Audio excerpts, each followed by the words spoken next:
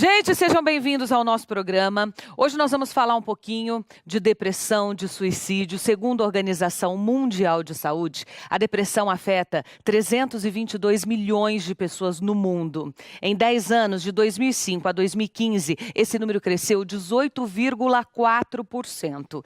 E esse total, que representa cerca de 5% da população mundial, só deve aumentar com o passar do tempo, fazendo com que a doença se torne a segunda maior preocupação em termos de saúde pública no planeta. É esse o tema e eu quero te convidar. Sejam bem-vindos.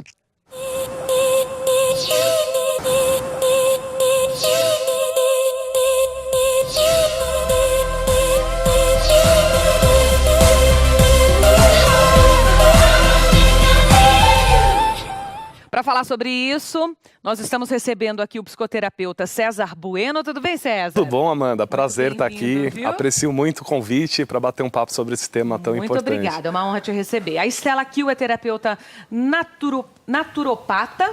Tudo bem, Estela? Tudo bem, Amanda. Obrigada aí pelo convite. Estou muito feliz de participar aqui hoje com vocês. Obrigada a vocês por estarem aqui. Olha, nós vamos falar sobre tristeza e depressão, se são as mesmas coisas, se a gente consegue diagnosticar, identificar, eu diria, uma pessoa do nosso convívio que já tem esses sinais de depressão ou, quem sabe, até do suicídio, já que Setembro Amarelo falamos sobre isso. Mas antes eu quero que vocês acompanhem esse vídeo. Pode rodar. Gente, eu vou falar uma coisa séria com vocês e dizer o meu apoio sobre a campanha do Setembro Amarelo, que é uma campanha, que é o mês do Setembro Amarelo, é uma campanha sobre a prevenção do suicídio. E é uma campanha que atenta para diminuir os tabus, para, inclusive, não só diminuir os tabus quanto ao próprio suicídio em si, como também diminuir a taxa de suicídios ou tentativas, etc. e tal. Para tentar para a depressão, que a depressão é uma doença, né, uma disfunção química no cérebro, e por todos esses motivos eu estou aqui para apoiar o Setembro Amarelo, dar maior força. É um empreendimento maravilhoso e todos nós que temos amor pela humanidade temos que dar esse apoio, ok? A camisa é essa aqui, que é linda, ó. Vista essa camisa, compra essa ideia. Vamos juntos no Setembro Amarelo. Sem dúvida alguma, disse Lobão, e a gente se abraça nesse momento por essa causa. Como vocês viram, né, a estatística é que seja a doença mais comum, né, acometida aí no mundo inteiro. Hein, César? Eu passei umas informações de Brasil, mas você tem umas informações de mundo. O negócio está cada vez mais sério sobre isso, né? Sim, a depressão ela tem crescido hoje já cerca de 10% ao ano, e ela tem uma relação direta ao suicídio. 90% das pessoas que acometem algo à sua própria vida está ligado a distúrbios psicológicos, e muitos deles a depressão. E hoje 800 mil pessoas, mais que 800 mil pessoas ao ano tiram a sua própria vida, que isso dá uma referência, uma pessoa tirando a vida a cada 40 segundos. Que coisa, gente, impressionante. E por que, na opinião de vocês, esse número tem aumentado tanto? Tem dois lados muito interessantes de olhar. Hoje, cada vez mais, o tempo das pessoas está sendo, digamos, está cada vez mais corrido com as suas tarefas obrigatórias. A pessoa não olha para si. Três não caminhos. Dá tempo, né? Não dá tempo de parar. Tem que ganhar Quem dinheiro, sou tem eu? que trabalhar, levar o filho na escola, fazer uma coisa, fazer outra. E esse processo vai mudando realmente a bioquímica do cérebro, principalmente numa ação específica chamada dopaminérgica. É um sistema que nós temos que está ligado ao prazer. E aí em 3 áreas aparecem, que é o eu, e aí eu tô aqui, nasci, e aí o que vai ser minha vida? Vai ser continuar entregando meu tempo? E as pessoas começam a ter questionamentos mais transcendentes com a questão do como vai ser a minha vida daqui para frente. O César e Estela também, é uma coisa interessante, a gente estava comentando sobre isso outro dia. Parece que antigamente, isso quando a gente fala na época da minha bisavó, avó, muito tempo atrás, tal, as pessoas elas já tinham um cronograma de vida meio pronto. Você nascia, você estudava, você sabia que lá pelos 18 anos ia casar, né? Ia se mudar, você não morava sozinha, você morava na casa dos pais, mudava para casa do marido, sabia que ia ter filho, salvo só se acontecesse alguma coisa que não, mas você não tinha essa escolha. Eu posso casar ou não, eu posso trabalhar ou não, eu sou independente ou não, eu quero ter filho ou não, eu vou viajar ao mundo, eu vou ter ano sabático, eu vou ser vida louca, eu vou ser... Não, você não tinha isso. Claro, não é toda regra tem exceção, mas normalmente você já tinha um caminho para trilhar. Parece que você não precisava pensar tanto no conceito de vida que você vai criar para você mesmo. Vocês acham que hoje ter tanta possibilidade também tumultua um pouco a cabeça do ser humano? Eu acho que o que impacta nesse caso não é nem a quantidade de opções, é a quantidade de informações e de padrões sociais que a gente recebe, vindo de meios exteriores. Então, a pessoa ela começa a se comparar com as coisas que ela recebe pela internet, pela TV, e ela acha que para ela ter felicidade, ela tem que chegar naquele padrão que ela enxerga fora dela. Só que aquilo, às vezes, dá a sensação de que é uma coisa muito distante da vida dela. Então, ela se sente frustrada consigo própria, como se os esforços que ela tivesse nunca fossem suficientes. Então, o que eu vejo, por exemplo, muita mulher, elas se sentem sempre infelizes, por mais magra, por mais bonitas, por mais elegante que elas estejam. Com relação ao trabalho, há sempre um excesso de ansiedade, de onde que você tem que chegar com relação às suas metas profissionais. Então, é como se houvesse, sabe aquela sensação do cachorro que corre atrás do rabo? Sim. Nunca está bom o suficiente, porque você nunca consegue alcançar o objetivo.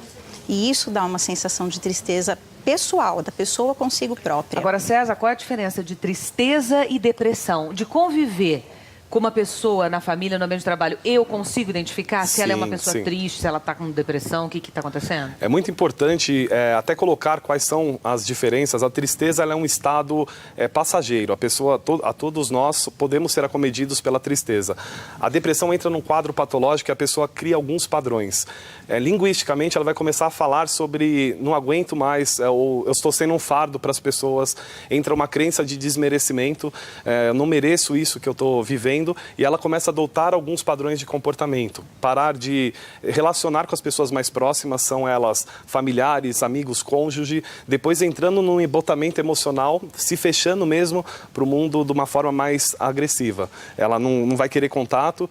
E os padrões mais já próximos que fazem a ponte a um comportamento ou uma ideação suicida é quando ela começa a descuidar da saúde e descuidar também da sua higiene pessoal. E aí ela chega num ponto de, muitas vezes, ir para psicoativos, drogas ou até fármacos que vão modificar a bioquímica do cérebro, anestesiando ela por um processo, mas que vai condicionando o cérebro a buscar mais, até o ponto de ter um quadro mais agravado. Isso é a depressão. Isso é a depressão. E se a gente comparar com a tristeza? A tristeza é quando você tem um desencontro da sua expectativa com a realidade que de fato acontece no mundo físico.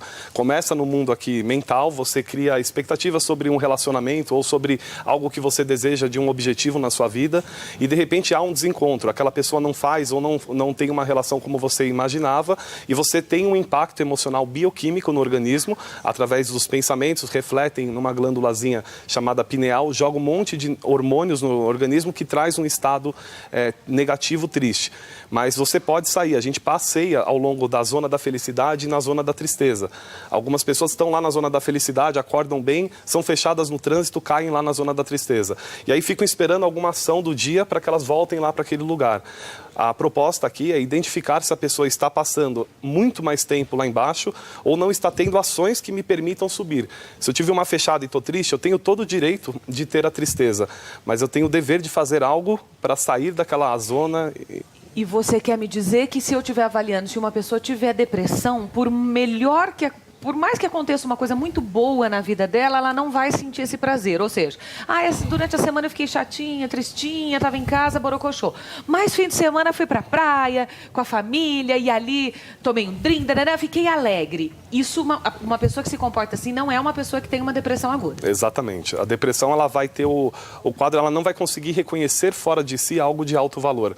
Mexe na estrutura do cérebro, ela, nessa região principalmente, ela não reconhece mais, a sociedade se fecha. Aí o que eu digo é, se você reconhecer uma pessoa assim ou tiver nessa situação, é interessante você gentilmente ignorar aquela placa de não entre, entrar lá naquele mundo da pessoa, às vezes muito mais do que fazer uma ligação, mandar uma mensagem, tudo bem, é você falar, estou passando aí. A forma de abordar a pessoa nesse quadro, ela é completamente importante na recuperação, principalmente na ponte ao Setembro Amarelo, ao caso do suicida.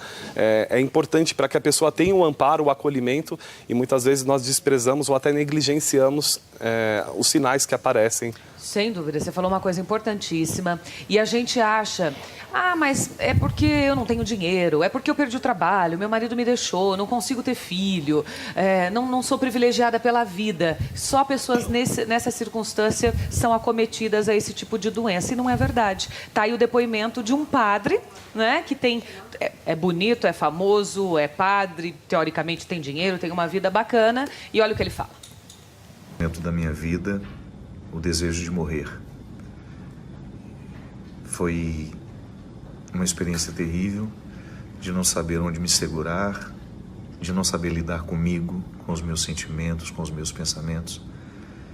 E eu que tantas vezes já pude auxiliar pessoas com essa mesma dificuldade, de repente não sabia encontrar uma resposta que me ajudasse a viver. Desde então eu tomei um respeito muito grande por esse quadro. E eu tenho, por onde vou, alertado as pessoas de que a gente preste atenção naqueles que estão ao nosso lado, que enfrentam tristezas além da conta, porque a tristeza faz parte da nossa vida, mas às vezes ela é patológica. E quando essa tristeza dura muito tempo dentro de nós, ela pode ceifar o nosso desejo de viver. O Setembro Amarelo é uma grande campanha no mundo todo, que nos ajuda a pensar nos que estão tristes além da conta, de repente cruzando esse limiar perigoso que nos leva a querer desistir da vida. Preste atenção naqueles que estão próximos a você. Pode ser que eles estejam necessitados da sua ajuda, pode ser que eles estejam precisando de uma ajuda médica para que essa tristeza não prevaleça, para que o pior não aconteça. É isso mesmo. É aquilo, né? Você diz, mas eu ouço muito isso. Mas fulano não tem motivo para ter depressão. Olha aí, tem dinheiro, é bonita, é famosa. Mas como que essa pessoa vai ter depressão? As pessoas costumam ligar e aí o que você falou, negligencia. Você fala, não, fulano não tem nada, isso é frescura. Quanto a gente ouve isso, não é, Estela? Muito, muito. Eu acho que a gente precisa se desfazer um pouco desse conceito de desmerecer o sentimento das outras pessoas, porque hoje em dia há uma dificuldade muito grande das pessoas entrarem em contato com o seu sentir. É muito comum eu ver hoje em atendimento, eu perguntar para a pessoa, mas como que você se sente? E a resposta da pessoa é, não sei. Nunca parei para pensar. As pessoas não sabem dar nome para o que elas sentem, né? E quando a pessoa consegue dar nome, ela consegue se expressar e falar sobre o que ela está sentindo, muitas vezes ela encontra no interlocutor justamente essa resposta. Mas isso é besteira, vai passar logo, você vai ver. Você tem que saber dar mais valor para as coisas que você tem. E às vezes a questão da pessoa é outra, ela só está expressando uma pequena parte daquele sentimento, uma pequena parte daquela situação. Então é preciso ter uma visão, um acolhimento um pouco maior, a gente ter um pouco de carinho e empatia pelo que a pessoa está dizendo. E como identificar um suicida em potencial? Tá, isso é interessante. Vamos até separar, porque a ideação suicida, ela passa pela cabeça de todas as pessoas segundo uma linha de pensamento filosófica. Mas quando ela vai para um comportamento, para uma ação específica no mundo real, é o que gera realmente os distúrbios. A pessoa com comportamento, ela vai te dar sinais. Não são efetivos, certos, que o sinal é um indício do suicídio, mas são sinais que são interessantes de serem atentados. O grito de dor, da desesperança, ela vai falar muito sobre como, quando eu morrer vai ser dessa forma, se eu não estiver mais aqui, ou a pessoa vai te pedir ajuda de uma forma demonstrando uma tentativa de suicídio. E não deve ser desmerecida. Essa tentativa é um grito de socorro. Não é que a pessoa, muitas vezes, na ação, está querendo tirar a própria vida, mas ela está querendo matar a dor que está dentro dela. E, às vezes, ela não sabe lidar com isso. E é a hora que os familiares, amigos, são extremamente importantes. E o que eu digo sempre, não chega com uma frase pronta ou colocando a sua opinião sobre aquilo. Acolhe. Nessa hora, a melhor coisa é escutar, buscar ajuda especializada, mas encosta junto, chega, dá as mãos, escuta o que a pessoa te traz, cria empatia, entenda o modelo de mundo, até porque um dos dados que você citou, mais de 80% dos suicídios acontecem em classe média para maior, então ele não é uma doença exclusiva de quem não tem, mas é um trato psicológico, como diz Jean-Paul Sartre, a vida, o problema não é aquilo que acontece comigo, mas o problema é o que eu faço com aquilo que acontece comigo. Então a pessoa pode ter os maiores estímulos, mas não está sabendo criar valor para a sua experiência na sua existência. Então... E quem fica falando o tempo inteiro, eu vou me matar, hein? Não faz isso que eu vou me matar. Essa é uma pessoa que está te alertando ou é uma pessoa que quando fala muito não está em perigo? Que nem as pessoas falam popularmente. Ah, tá falando isso, mas não... Nesse quesito, o termo cão que late não morde não se aplica. Dar atenção é um pedido, pode ser que ela tenha só a ideação suicida, mas ela de fato pode não ter ali a ação suicida, mas dê atenção, ela está pedindo ajuda de alguma forma, a pessoa de alguma maneira quer ser acolhida, está sentindo desamparo, desalento, está perdendo a esperança para a vida dela, e tem um comportamento específico que é quando a pessoa sente um pico de dor, que aí é o comportamento impulsivo da ação suicida. Às vezes a pessoa tem um comportamento normal, uma vida normal, e aí ela tem um momento de uma perda muito grande de um relacionamento que era precioso, e naquele momento ela tem um ímpeto e acaba cometendo o suicídio. Segundo a Organização Mundial da Saúde, 6 em cada 7 suicídios podem ser evitados. Então, dê atenção. Gente, que número importante esse. Que número importante. Depressão tem cura? A gente fala sobre isso daqui a pouquinho, mas temos agora um recado comercial com o nosso querido Eli. Estamos de volta com um pouco do tratamento que a Estela vai contar, mas César, antes eu quero saber, a depressão tem cura? Tá, interessante que a gente entende na neurociência que não existe uma cura. A gente entende a depressão como um processo e para esse processo é possível a remissão. Vamos entender que hoje a gente fala muito da Organização Mundial da Saúde ou do Ministério da Saúde, que tem mais a ver com o Ministério da Doença. A gente vai aqui no Brasil ao hospital para curar alguma coisa e não busca construir saúde. E quando sim, damos foco a construir a saúde, é extremamente possível de encontrar uma solução para ter uma experiência mais positiva, índices de satisfações em realização à vida muito maiores. É possível. Agora, nós temos 2 profissionais de áreas distintas, então eu quero falar um pouco desse tratamento seguindo essas 2 vertentes, né? Respeitando esses 2 momentos. Estelinha, vamos começar com você, que você traz um tratamento mais natural para essas pessoas, à base de ervas. O que a gente tem aqui? Eu acho que, só pegando o gancho do que ele acabou de falar, justamente esse processo de cura da depressão, né? Vamos falar de um processo de cura, ele começa quando a pessoa percebe que ela não precisa se entregar para aquilo que está acontecendo. E ela começa a notar, poxa, isso que eu estou passando, eu não quero mais isso para mim. Então, como eu faço para sair disso?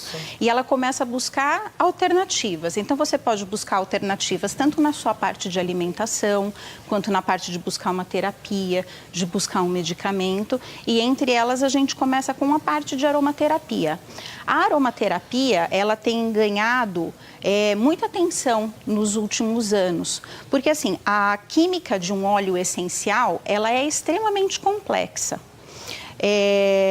Só retomando um ponto que eu gosto muito de falar, as pessoas confundem a aromaterapia do óleo essencial com a aromaterapia do produto sintético. Ele é uma cópia do produto natural. Essa cópia não funciona para a nossa saúde. Você percebe até pelo preço, viu, gente? Que você compra ali para jogar uma gotinha, para deixar a casa cheirosa. Quando você vai para o verdadeiro, é muito mais caro. Uma gota já deixa o lugar todo, né? Exatamente. É totalmente diferente o resultado, o sentido. Sim, sim. Por exemplo, eu trouxe aqui para vocês o óleo de rosa. Para você conseguir 10 gotas desse óleo essencial de rosa, você precisa de 15 quilos de pétalas. Olha, incrível, né? Interessante. Então, o efeito que essa química tem no nosso organismo, a nossa ciência hoje ela não tem como medir isso, porque a nossa tabela periódica ela não é completa. Existem muitos elementos químicos que até hoje não foram ainda rastreados, não foram mapeados. Então, quando você pega um vidrinho desse daqui e você abre a molécula dele para fazer um exame, você não consegue identificar, às vezes, até 70% dos componentes químicos que estão ali dentro. Então, a gente não consegue saber como esses 70% de elementos químicos atuam no nosso organismo. A gente sabe que tem ações específicas, mas o restante a gente não consegue dizer ainda exatamente para que vai cada um desses componentes. E de que forma a pessoa inclui isso no tratamento dela? Como que ela usa? Então, a aromaterapia ela é extremamente versátil. Ela é muito fácil de ser usada. Por exemplo, o óleo essencial de rosa, ele trabalha muito essa questão do chakra cardíaco. Então, a pessoa que ela tem muita raiva acumulada, ela tem muitos sentimentos que ela não consegue expressar, ela poderia usar o óleo de rosa, só que ele é muito caro. Então, a pessoa pode usar como alternativa a água de rosas. Sabe a água de rosas, que é muito utilizada na culinária árabe? Sim. Ela pode usar a água de rosas, que também é um elemento da aromaterapia. Ele hoje é considerado um subproduto. Então, eu não acho um subproduto. Usar, né, o olhinho essencial, ela faz o quê? Na ambientação da casa? Você pode usar, por exemplo, aqui. Isso aqui é um aromatizador de ambiente, né? Você tira, coloca aqui a água, o óleo essencial, você fecha e liga. Ele vai soltar essa fumacinha e essa fumacinha com o óleo essencial vai aromatizar o ambiente. E você, pela inalação, você absorve essas moléculas químicas. Então, ela entra direto no seu sistema nervoso central. E do seu sistema nervoso central, ela atua no restante do seu organismo. E o mais interessante é que você que está nos assistindo diz, poxa, mas como é que eu sei qual é o óleo essencial que é o ideal para mim nesse momento, né? Mas quando a gente vai comprar, normalmente já tem a pessoa especializada que você coloca um pouco, bate um papo e ela te ajuda a chegar nesse... E dentro da aromaterapia, a grande vantagem que é uma das coisas que a ciência não consegue ainda explicar, é que todos os óleos essenciais trabalham uma depressão. Então, qualquer um deles que você se adequar, você pode usar. Muito legal. Quais são esses outros aqui que você trouxe? Esse daqui, ele é o óleo de copaíba, ele é extraído do miolo da árvore. Olha, é um óleo que é feito na Amazônia. E eu trouxe porque ele trabalha muito com a parte de proteção das nossas células nervosas. E ele é um anti-inflamatório muito poderoso. Então, o que isso traz para a gente? Quando a gente fala que alguma coisa é um anti-inflamatório, significa que ela também trata os nossos ânimos inflamados. Então, quando é uma pessoa muito controladora, é uma pessoa que tem descargas de raiva, que tem ações impetuosas, né? O tratamento é fora e dentro. Exatamente, é fora e dentro. Ela pode usar esse daqui. E esse? Esse outro é o junípero. Eu gosto muito desse daqui porque ele é extraído de umas frutinhas, como essas daqui. Esse daqui eu trouxe mais para ilustrar, não é exatamente a planta, porque esse óleo ele vem da Inglaterra, então é mais difícil de conseguir. Mas ele é extraído de umas frutinhas como essa, só que essa fruta ela demora 3 anos para amadurecer. Então, é um processo lento, você só pode usar algumas frutas específicas, não pode ser tudo. Então, o que isso daqui, pela assinatura botânica do óleo, o que ele mostra pra gente? Que a gente tem que passar por um processo de amadurecimento emocional. Que as coisas nem sempre correm exatamente como eu quero. E esse amadurecimento vem justamente de eu aceitar que as coisas não são como eu quero, sabe? Quando a gente encarna a criança birrenta, que quer. Esse óleo ajuda a gente a sair desse papel da criança que quer tudo na hora dela e partir para esse próximo passo de encarar as coisas com mais maturidade. Você falou uma coisa muito importante, né, que aqui o óleo referido no tratamento traz, e na maquiagem a gente estava conversando sobre os antidepressivos, que nós vamos conversar isso com o César, é uma forma de tratamento. E eu vou te perguntar agora, César, como a telespectadora que está ali em casa nos assistindo, sem o conhecimento. Existem alguns pontos, né? Primeiro, eu comentei com ela, muito médico tem dado antidepressivo. Você vai no cardiologista e ele fala assim, não tá muito bom. Eu tenho uma pessoa próxima que foi numa ginecologista e ela passou um antidepressivo. E como ela disse, numa fase em que a menina está em troca de hormônio, talvez não fosse esse o caminho mais indicado. Então, a questão de antidepressivo à torta e direita, a questão do antidepressivo fazer um efeito rápido, então a pessoa não tá legal, tá entrando num ciclo aí difícil, 15 dias ela tomou, ela volta ao seu estado normal. E isso faz o quê? Faz com que, ela comentou, você não crie, talvez, o amadurecimento da dor que aquele momento teria que te trazer. Aí eu te pergunto, esse amadurecimento da dor é para todo mundo? Ou tem gente que não consegue viver aquilo, aí entra o antidepressivo que te tira um pouco disso e te faz caminhar? Tá, legal.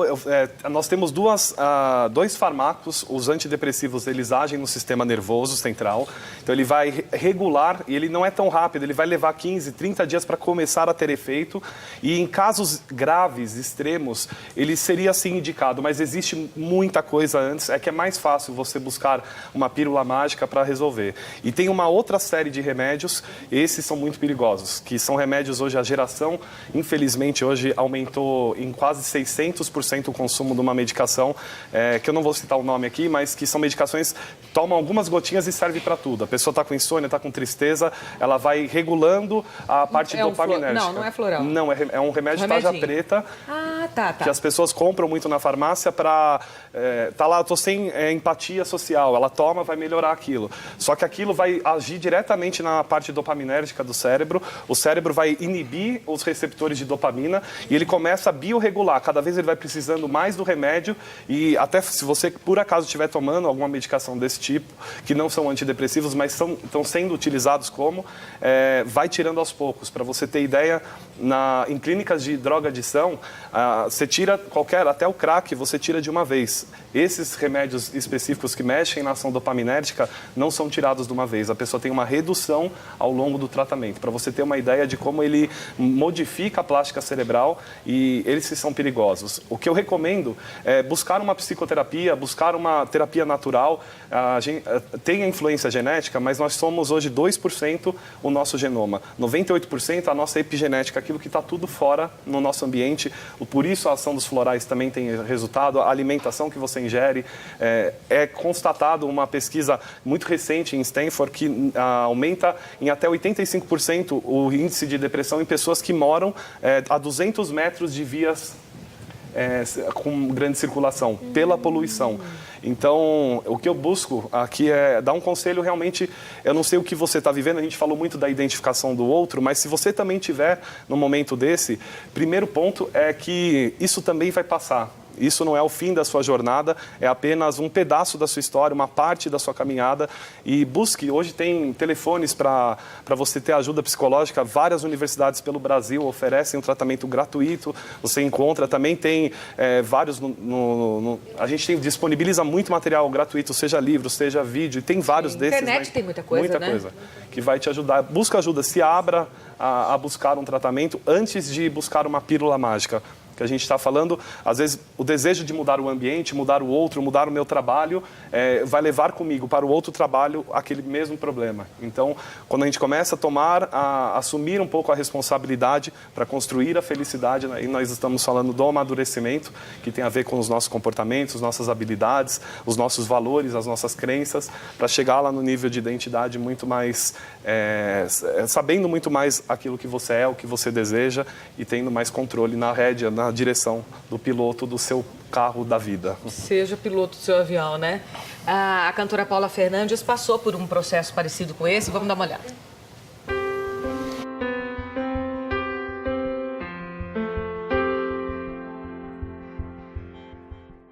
Foi uma passagem muito dolorosa, mas que me ensinou demais. Eu sei que muita gente passa por isso.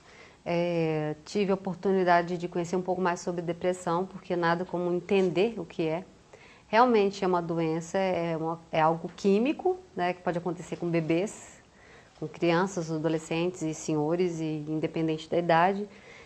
E o alvo desse tipo de doença sempre é a pessoa muito sensível, a pessoa que tem uma sensibilidade aflorada, que é muito dedicada, que é muito responsável, que é muito perfeccionista. Então, eu sempre fui uma pessoa que eu tive responsabilidade muito cedo, então isso trouxe uma carga emocional muito grande e isso gera mais frustração, assim como é muito mais expectativa, né? Porque você espera. Eu com 9 achei que com 18 eu já seria uma pessoa super bem sucedida, porque eu comecei primeiro, né? E com 18 eu estava engatinhando ainda, não tinha acontecido absolutamente nada, e foi quando eu vim adoecer. Esse estágio que eu cheguei foi o estágio número 11, né? E foi quando o meu cabelo caiu, lembro que eu emagreci quase 7 quilos e a família não entendia direito, porque durante um tempo... Agora que está mais comum falar de depressão, mas antes, porque ficou assim, porque está com problema, porque é doida, tá? Psiquiatra também, todo mundo falava que psiquiatra era coisa de doido. Então, até eu aceitar, ir ao médico, aceitar que isso era uma doença, a família compreender também... É bem complicado. É a queda de cabelo que a Paula citou. Ele falou que é um dos sintomas, né? Cabelo, unha, ela tem a ver com a organização também neuropeptídica, que são os neurotransmissores que levam informação pelo organismo. Quando há desregulação, vai ter sinais de queda de cabelo, unha enfraquecida, quebrando. É legal dar uma verificada nessa parte, como está ali o organismo biológico, que tem ligação com a depressão, vai ter ligação com outros também transtornos psicológicos. Então, olha, quando a gente fala em depressão, né, esses transtornos comportamentais e tantas coisas, eu acho que o primeiro momento de tudo que a gente conversou é você procurar um profissional que te atenda, que te acolha, a família estar atento. Isso foi tão falado hoje durante o nosso programa, né? Então, que você olhe melhor as pessoas que estão do teu lado, que possa olhar para você mesmo e pedir ajuda se isso for preciso. Acho que a ajuda humana, ali o tete-a-tete ainda é a primeira coisa nessa cura e tratamento. Partindo disso, tem alguns remedinhos que você diz que são mais nocivos, menos nocivos. A gente passa aqui pelo processo natural. Sim. Até chegar num antidepressivo mais pesado que, acho que no caso de suicídio, o psiquiatra acaba entrando.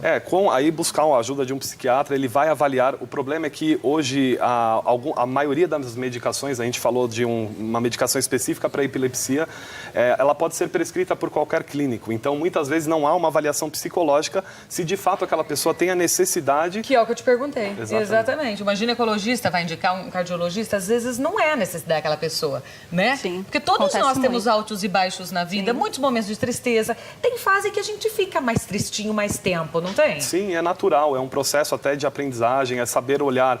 É o que eu falo, 2 ferramentas básicas é entender que aquilo passará, que o desafio que eu estou vivendo, eu não sei qual é o seu, ele também vai passar. E o segundo é colocar em quarentena. A gente, às vezes, polui todas as áreas da vida com um problema que está do trabalho. Aí você chega em casa, leva para os filhos, para o marido, para a esposa. Então, é legal você saber que área pertence àquele desafio e começar a gerar quarentenas e transitando por essas áreas, resolvendo e não deixando ele ser levado para outras áreas. Sem dúvida, sem dúvida. A Estela trouxe para a gente os tratamentos aqui com os óleos essenciais, que é uma bela dica para você. O César comentou, é qualidade de vida, gente, é morar num lugar que você goste, sabe, caminhar no parque, ar puro, respirar um pouco, trazer mais qualidade para os seus dias, estar perto de pessoas que você gosta, trabalhar numa coisa que te agrade.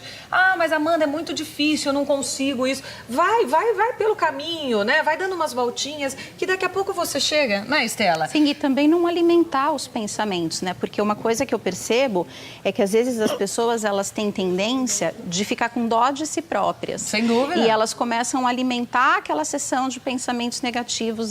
Por que isso está acontecendo comigo? Mas que pena, que dó de mim. Não é uma coisa consciente, é uma coisa meio que inconsciente, mas que se você não presta atenção no que você está pensando, aquilo pode ir te levando cada vez mais fundo. Nós estamos terminando, mas o nome agora desses outros 2 florais. Passar rápido para vocês. Óleos essenciais, perdão. Esse daqui, ele é o óleo de palo santo. Eu trouxe porque ele trabalha com o nosso sistema respiratório e o nosso sistema respiratório, a parte de pulmão, ela é muito relacionada com as tristezas acumuladas. Então, se você está se sentindo deprimido porque passou por uma fase muito triste, esse daqui pode ser um óleo que vai te ajudar a trabalhar essa tristeza. E esse daqui é o óleo de gerânio. O óleo de gerânio, ele é muito relacionado com a parte hormonal.